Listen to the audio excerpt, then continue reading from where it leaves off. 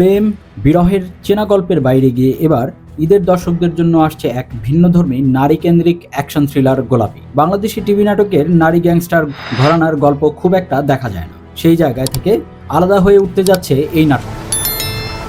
তাহলে তুমি আমাকে নিয়ে আগাও। নাটকের কেন্দ্রীয় চরিত্র গোলাপী এক রহস্যময় ও দুর্ধর্ষ নারী। এই চরিত্রে অভিনয় করেছেন তানজিন তিশা, যাকে নাটকটিতে দ্বৈত রূপে দেখা যাবে।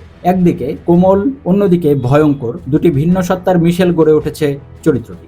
নাটকে গুরুত্বপূর্ণ আরেকটি চরিত্রে অভিনয় করেছেন তৌসিফ মাহবুব। গল্পে তিনি নায়ক না ভিলেন সেই ধোঁয়াশাই তৈরি করবে নাটকের সাসপেন্স।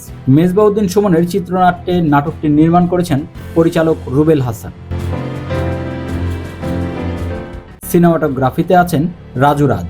নির্মাতার ভাষ্যে বস্তির জীবন, পকেটমার থেকে গ্যাংস্টার চক্রের রাজনীতি, এমনকি পুলিশি অ্যাকশনও থাকছে নাটকটিতে। অর্থাৎ এটি শুধু অ্যাকশন থ্রিলার নয়, রয়েছে রোমান্স ও আবেগের ছোঁয়াও। তিনি বলেন, এই নাটকে যেমন বস্তির চালচিত্র তুলে ধরা হয়েছে, তেমনি পকেটমার থেকে গ্যাংস্টার রাজনীতিতেও তুলে ধরা হয়েছে।